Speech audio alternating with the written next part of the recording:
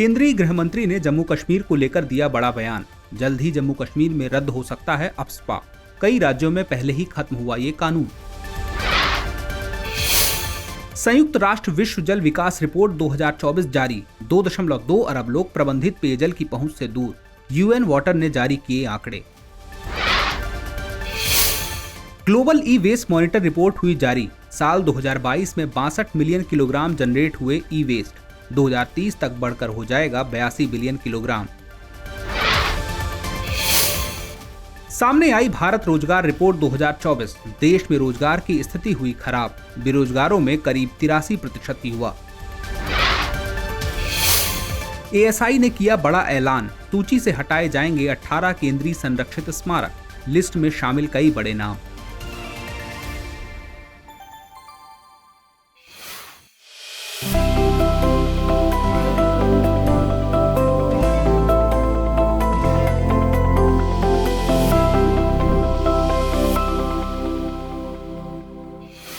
अब खबरें विस्तार से। हाल ही में केंद्रीय गृह मंत्री अमित शाह ने जम्मू कश्मीर को लेकर बड़ा बयान दिया। उन्होंने कहा कि केंद्र सरकार जम्मू कश्मीर में अफस्पा यानी कि सशस्त्र बल विशेष शक्तियां अधिनियम को रद्द करने पर विचार करेगी। गौरतलब है कि मौजूदा समय में पूर्वोत्तर राज्यों में 70% क्षेत्रों में अफस्पा हटा दिया गया है। वहीं अफस्पा की बात करें तो इसकी शुरुआत साल 1942 में हुई थी। इस दौरान ब्रिटिश औपनिवेशिक सरकार ने भारत छोड़ो आंदोलन को दबाने के लिए सशस्त्र बल विशेष अधिकार अध्यादेश लागू किया था, जो आजादी के बाद आंतरिक सुरक्षा चुनौतियों से निपटने के लिए देश के कई हिस्सों में लागू किया गया। इसी कड़ी में जम्मू कश्मीर के लिए विशेष रूप से एक समान अधिनियम साल 1990 में अधिनियमित किया गया। आपको बता दें कि आजादी के बाद सशस्त्र बल विशेष शक्तियां साल 1958 में तत्कालीन राष्ट्रपति द्वारा अनुमोदित किया गया था। इसे सशस्त्र बल विशेष शक्तियां अधिनियम 1958 के रूप में जाना जाता है। अफस्पा सशस्त्र बलों को अशांत क्षेत्रों में सार्वजनिक व्यवस्था बनाए रखने की शक्ति देता है। उनके पास किसी क्षेत्र में 5 या अधिक व्यक्तियों के जमावड़े पर रोक लगाने का अधिकार है। साथ ही सशस्त्र बलों को अगर लगता है कि कोई व्यक्ति कानून का उल्लंघन कर रहा है तो वे उचित चेतावनी के बाद बल प्रयोग कर सकते हैं। इसके अलावा सेना किसी व्यक्ति को बिना वारंट के गिरफ्तार कर सकती है और बिना वारंट के परिसर में प्रवेश या तलाशी ले सकती है। देश में इन दिनों चुनावी बयार चल रही है। इसी कड़ी में डीईएमपी यानी जिला चुनाव प्रबंधन योजना चर्चा का केंद्र बनी है। डीईएमपी एक व्यापक दस्तावेज है जो चुनावों के सुचारू संचालन को सुनिश्चित करने के लिए आंकड़ों और विश्लेषण का उपयोग करता है।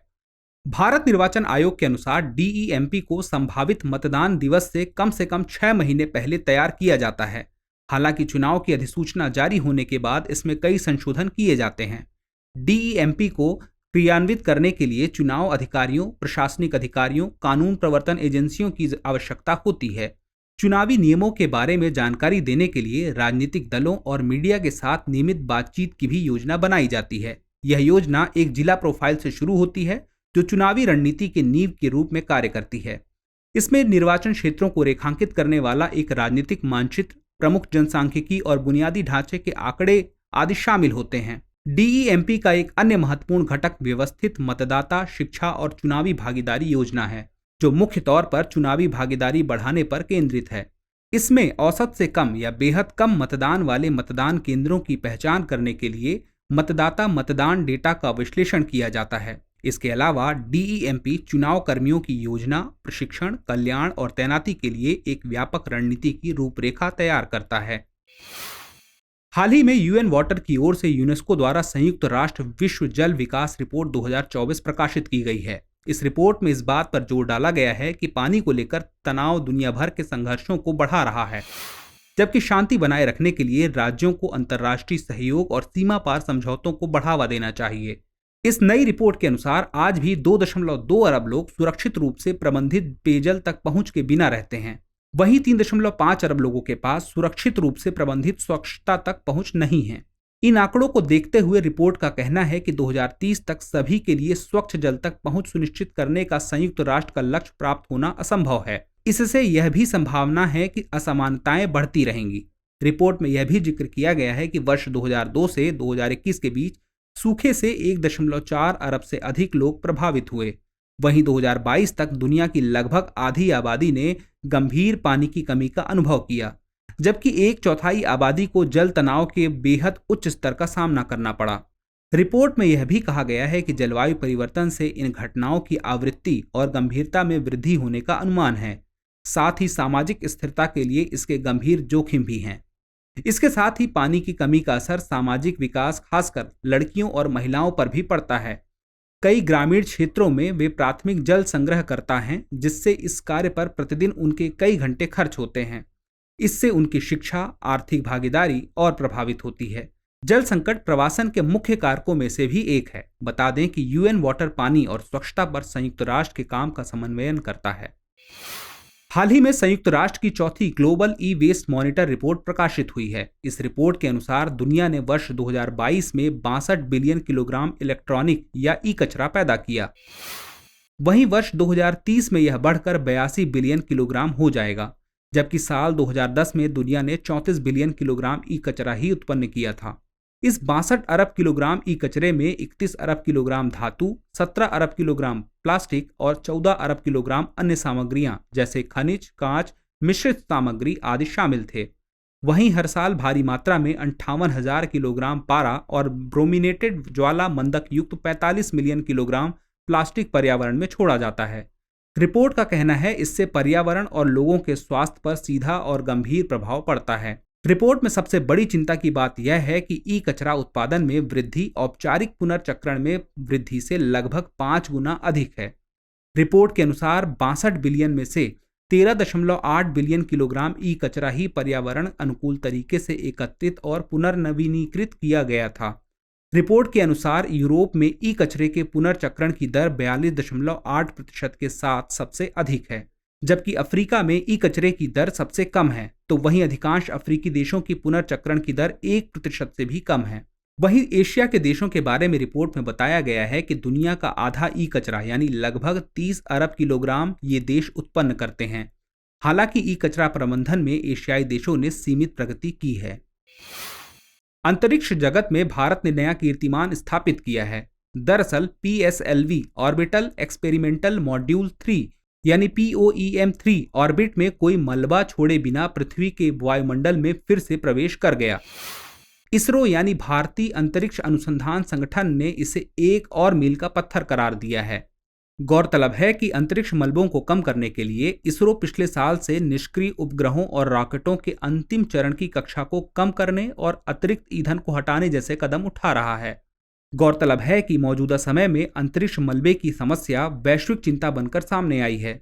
अंतरिक्ष मलबे से तात्पर्य पृथ्वी की कक्षा में मानव निर्मित वस्तुओं से है, जो अब किसी उपयोगी उद्देश्य की पूर्ति नहीं करती हैं। इसमें निष्क्रिय उपग्रह, निष्क्रिय रॉकेट चरण और टकराव या अन्य घटनाओं से मलबे के टुकड़े शामिल हैं। अंतरिक्ष मलबा कई खतरों को जन्म दे सकता है। दरअसल इस मलबे के गिरने की संभावना महासागरीय क्षेत्र में अधिक होती है, क्योंकि पृथ्वी की सतह का 70% हिस्सा महासागर है। ऐसे में बड़ी वस्तुएं समुद्री जीवन के लिए खतरा और प्रदूषण का स्रोत हो सकती हैं। इसके साथ ही अंतरिक्ष में तैरता हुआ मलबा परिचालन उपग्रहों के लिए एक संभावित खतरा है। उनसे टकराने से उपग्रह निष्क्रिय हो सकते हैं। वस्तुओं और मलबे के साथ अंतरिक्ष की इस अत्यधिक जनसंख्या को केसलर सिंड्रोम कहा जाता है। अंतरिक्ष मलबे से निपटने के लिए भारत के साथ साथ वैश्विक स्तर पर भी कई पहल किए गए हैं। भारत की ओर से प्रोजेक्ट नेत्र लॉन्च किया गया है। यह अंतरिक्ष में भारतीय उपग्रहों के मलबे और अन्य खतरों का पता लगाने के लिए एक प्रारंभिक चेतावनी प्रणाली है। वहीं साल 1993 में अंतर्राष्ट्रीय स्तर पर अंतरिक्ष मलबे के मुद्दे के समाधान के लिए अंतर एजेंसी अंतरिक्ष मलबा समन्वयन समिति का गठन किया गया था। बीते दिनों बंगाल की खाड़ी में वैज्ञानिकों ने 50,000 साल पुरानी तलछट की खोज की। वैज्ञानिकों के मुताबिक अधिकांश विशाल मैग्नेटोफोसिल्स लगभग 56 मिलियन वर्ष पहले पूरा पाषाण काल के उत्तरार्ध की तलछटों में पाए गए हैं, जिससे पता चलता है कि वे केवल अत्यधिक गर्मी की अवधि के दौरान बने थे। वैज्ञानिकों ने यह भी सुझाव दिया कि गोदावरी, महानदी, गंगा, ब्रह्मपुत्र, कावेरी और पेन्नर नदियां जो बंगाल की खाड़ी में गिरती हैं, ने मैग्नेटोफॉसिल के निर्माण में महत्वपूर्ण भूमिका निभाई है। इन नदियों द्वारा लाए गए पोषक तत्वों से भरपूर तलछट ने प्रतिक्रियाशील लोहे की पर्याप्त आपूर्ति प्रदान की, जो बंगाल की खाड़ी की सबऑक्सिक स्थितियों में उपलब्ध कार्बनिक कार्बन के साथ मिलकर मैग्नेटोटेटिक बैक्टीरिया के विकास के लिए अनुकूल वातावरण बनाती हैं। हालांकि विशाल मैग्नेटोफोसिल्स की उत्पत्ति एक रहस्य बनी हुई है। वहीं ऐसा माना जाता है कि इष्टतम ऑक्सीजन सांद्रता क्षेत्र तक पहुंचने के लिए ये जीव चुंबकीय क्षेत्र का अनुसरण करते हैं। एक इलेक्ट्रॉन माइक्रोस्कोप के प्रयोग से यह पाया गया कि इन बैक्टीरिया में छोटी थैलियों में लोहे से भरपूर नवीन संरचित कण होते हैं, जो अनिवार्य रूप से एक कंपास के रूप में काम करते हैं। ये मैग्नेटोटेक्टिक बैक्टीरिया लौह समृद्ध खनिज मैग्नेटाइट या ग्रेगाइट से बने छोटे क्रिस्टल बनाते हैं। ये क्रिस्टल उन्हें जल निकाय में बदलते ऑक्सीजन स्तर को नेविगेट करने में मदद करते हैं। आपको बता दें कि मैग्नेटोफॉसिल्स मैग्नेटोटेक्टिक बैक्टीरिया द्वारा बनाए गए चुंबकीय कणों के जीवाश्म अवशेष हैं, जिन्हें मैग्नेटोबैक्टीरिया भी कहा जाता है। मैग्नेटोटेक्टिक बैक्टीरिया ज्यादातर प्रोकैरियोटिक जीव हैं जो खुद को पृथ्वी के चुंबकीय क्षेत्र के साथ व्यवस्थित करते हैं। इन अद्वितीय प्राणियों का वर्णन पहली बार 1963 में एक इतालवी डॉक्टर साल्वाटोर बेलिनी द्वारा किया गया था। हाल ही में भारत रोजगार रिपोर्ट 2024 जारी की गई। यह रिपोर्ट मानव विकास संस्थान और अंतर्राष्ट्रीय श्रम संगठन द्वारा जारी की गई।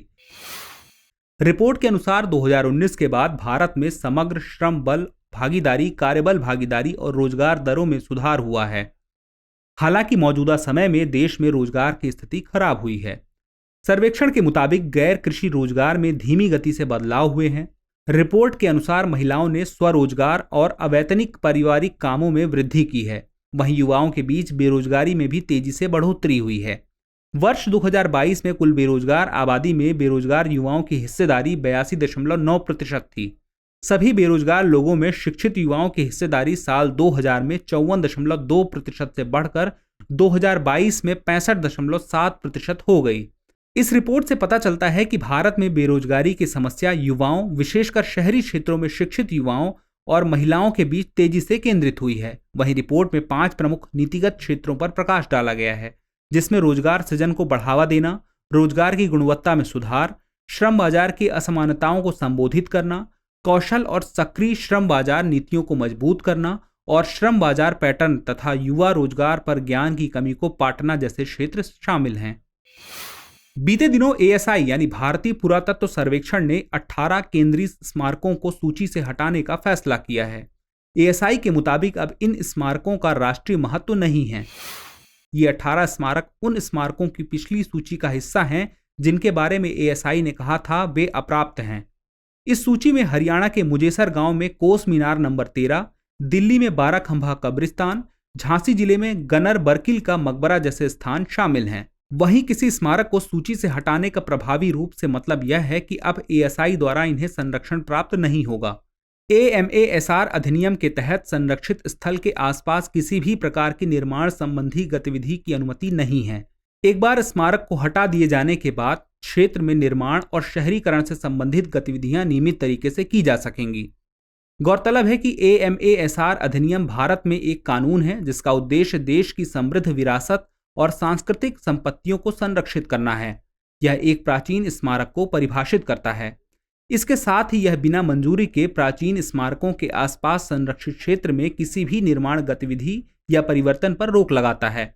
आपको बता दें कि भारतीय पुरातत्व सर्वेक्षण राष्ट्र की सांस्कृतिक विरासतों के पुरातत्वीय अनुसंधान तथा संरक्षण के लिए एक प्रमुख संगठन है। भारतीय पुरातत्व सर्वेक्षण संस्कृति मंत्रालय के अधीन कार्य करता है। इसका प्रमुख कार्य राष्ट्रीय महत्व के प्राचीन स्मारकों तथा पुरातत्वीय स्थलों और अवशेषों का रखरखाव करना है। खबरों के बाद अब बुलेटिन से जुड़े 5 सवालों पर डालते हैं एक नजर। प्रश्न 1, सशस्त्र बल विशेष शक्तियां अधिनियम यानी आफ्स्पा के संदर्भ में निम्नलिखित कथनों पर विचार कीजिए।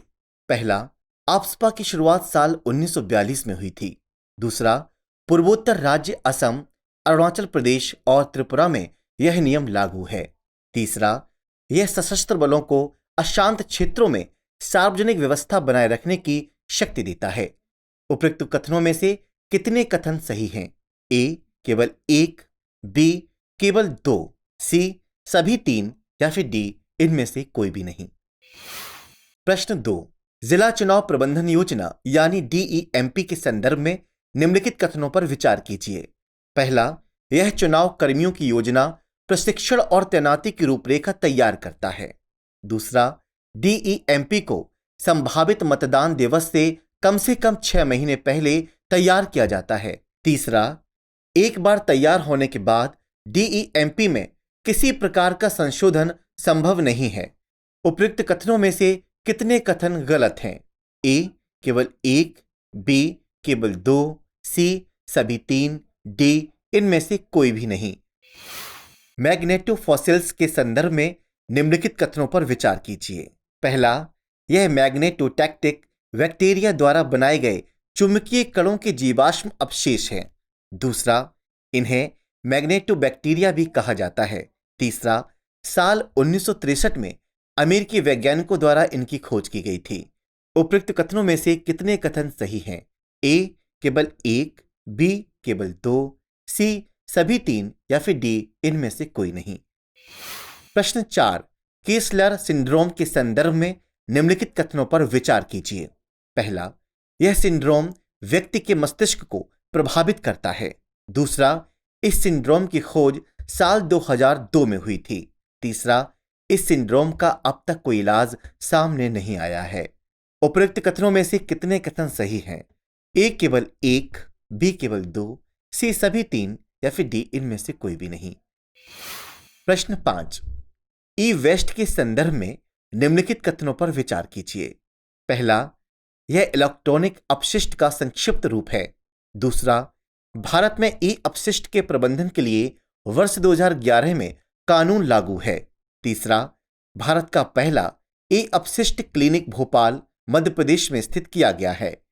उपयुक्त कथनों में से कितने कथन सही हैं? A केवल 1, B केवल 2, C सभी 3 या फिर D इनमें से कोई भी नहीं। हाल ही में भारतीय रिजर्व बैंक ने अपनी विनियमित संस्थाओं के लिए स्वनियामक संगठनों को मान्यता देने हेतु ओमनीबस फ्रेमवर्क को अंतिम रूप देने की घोषणा की है। फ्रेमवर्क का उद्देश्य विनियमित संस्थाओं के बढ़ते संचालन और नवीन प्रौद्योगिकियों को अपनाने के साथ साथ स्वनियमन के लिए उद्योग मानकों में सुधार करना है। आपको बता दें कि ओमनीबस फ्रेमवर्क स्वनियामक संगठनों को मान्यता देने के लिए दिशा निर्देशों और विनियमों का एक व्यापक सेट है। ओमनीबस एसआरओ फ्रेमवर्क क्षेत्र की परवाह किए बिना सभी एसआरओ के लिए सामान्य उद्देश्य कार्य, पात्रता मानदंड और संचालन मानक निर्धारित करता है। हाल ही में विदेश मंत्री एस जयशंकर ने भारतीय तटरक्षक जहाज समुद्र पहरेदार का दौरा किया। आपको बता दें कि यह आसियान देशों में विदेशी तैनाती के हिस्से के रूप में फिलीपींस की मनीला खाड़ी में है। जहाज 25 मार्च से 12 अप्रैल तक आसियान देशों फिलीपींस, वियतनाम और ब्रुनेई में विदेशी तैनाती पर है। आसियान देशों में भारतीय तटरक्षक की यह लगातार तीसरी तैनाती है। यह यात्रा फिलीपीन तटरक्षक, वियतनाम तटरक्षक और ब्रुनेई समुद्री एजेंसियों सहित प्रमुख समुद्री एजेंसियों के साथ साथ द्विपक्षीय संबंधों को मजबूत बनाने में भी उल्लेखनीय महत्व रखती हैं। बीते दिनों अंतर्राष्ट्रीय खगोलीय संघ ने चंद्रयान 3 के विक्रम लैंडर के लैंडिंग साइट के लिए स्टेट्यू शिव शक्ति नाम को मंजूरी दे दी है। ग्रहों के नामकरण का गजेटियर IAU की ओर से अमेरिकी भूवैज्ञानिक सर्वेक्षण के एस्ट्रोजियोलॉजी विज्ञान केंद्र द्वारा बनाए रखा जाता है। आपको बता दें कि 23 अगस्त 2023 को चंद्रयान 3 चंद्रमा के दक्षिणी ध्रुव पर सफलतापूर्वक उतरा था। इसके साथ ही चंद्रमा की सतह पर सॉफ्ट लैंडिंग करने वाला दुनिया का चौथा देश बन गया था। भारत से पहले यह उपलब्धि अमेरिका, चीन और रूस ने हासिल की थी। बीते दिनों शंघाई सहयोग संगठन स्टार्टअप फोरम के चौथे संस्करण का आयोजन नई दिल्ली में किया गया। यह पहला SCO सदस्य देशों के बीच स्टार्टअप बातचीत को व्यापक बनाने, नवाचार के लिए अनुकूल माहौल को बढ़ावा देने, रोजगार सृजन को बढ़ावा देने और युवा प्रतिभाओं को नवीन समाधान विकसित करने के लिए केंद्रित है। वहीं SCO पवेलियन में प्रदर्शन का अवसर प्रदान किया गया है, जिसमें 15 से अधिक SCO स्टार्टअप ने अपने उत्पादों और सेवाओं का प्रदर्शन किया गया। इस प्रदर्शन में इन उद्यमियों को प्रोत्साहित करने, शिक्षित करने और सशक्त बनाने के लिए तैयार किए गए नेटवर्किंग अवसर उपलब्ध कराए हैं। हाल ही में ISRO यानी भारतीय अंतरिक्ष अनुसंधान संगठन ने कर्नाटक से पुष्पक लैंडिंग मिशन का सफल प्रशिक्षण किया। यह लैंडिंग प्रयोग के साथ पुनः प्रयोज्य प्रक्षेपण यान या RLV LEX-2 है। इसे भारतीय वायुसेना के चिनूक हेलीकॉप्टर द्वारा उठाया गया और 4.5 किलोमीटर की ऊंचाई से छोड़ा गया। पुष्पक 6.5 मीटर लंबा और 1.75 टन वजनी एरोप्लेन जैसा स्पेसक्राफ्ट रॉकेट है। इसे स्पेस में भेजने के लिए तैयार किया गया है। आपको बता दें कि ये बाकी के रॉकेट के स्टेज के साथ अंतरिक्ष में भेजा जा सकता है। साथ ही पुष्पक रॉकेट का इस्तेमाल आगे चलकर चक्कर लगा रही सैटेलाइट्स की रिफ्यूलिंग करने के लिए भी किया जा सकता है। हाल ही में शोधकर्ताओं ने कोल्लम तट गहरे समुद्र में आइसोपोड की नई प्रजाति की खोज की है। इस नई प्रजाति का नाम ब्रूसेथोआ इसरो है। प्रजाति का नाम भारतीय अंतरिक्ष एजेंसी के सफल अंतरिक्ष अभियानों में चंद्रयान 3 नामक सफल चंद्र मिशन के सम्मान में रखा गया है। शोधकर्ताओं ने केरल तट से 250 से 450 मीटर की गहराई में रहने वाली मछली की प्रजाति स्पाइनीजा ग्रीन आई की गिल गुहा के भीतर से इस आइसोपोड बरामद किया है। इस प्रजाति की मादाएं नर की तुलना में बड़ी होती हैं, जिनकी लंबाई में लगभग 19 मिलीमीटर और चौड़ाई 6 मिलीमीटर तक बढ़ती है।